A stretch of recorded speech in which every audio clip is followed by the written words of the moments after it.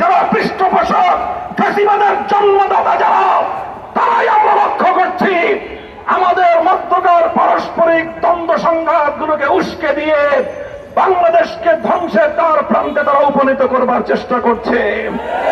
কাজে আসুন আমরা হাতে হাত রাখি, আবার জুলাই এবং আগস্টের চেতনাকে শানিত করে বাংলাদেশে অভূতপূর্ব ঐক্য সাধন করে সকল ষড়যন্ত্রকে আমরা নস্যাৎ করে দিতে চাই।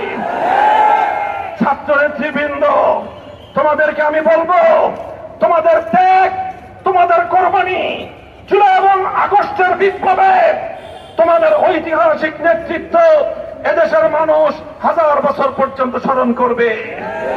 কাজেই তোমরাও দায়িত্বশীল ভূমিকা পালন করো। রাজনৈতিক দলগুলোর সঙ্গে অযথা বাক বিতণ্ডায় জড়ানোর কোনো প্রয়োজন নেই। বিএনপি এবং জামাত ইসলামীকে বড় রাজনৈতিক দল হিসেবে আপন আপন জায়গা থেকে গুরুত্বপূর্ণ ভূমিকা পালন করার উদাত্ত আহ্বান জানাই। ইসলামী আন্দোলন বাংলাদেশ সহ সকল রাজনৈতিক দলগুলোকে ঐক্যবদ্ধভাবে চলমান এই পরিস্থিতিকে মোকাবেলা করবার উদাত্ত আহ্বান জানাই।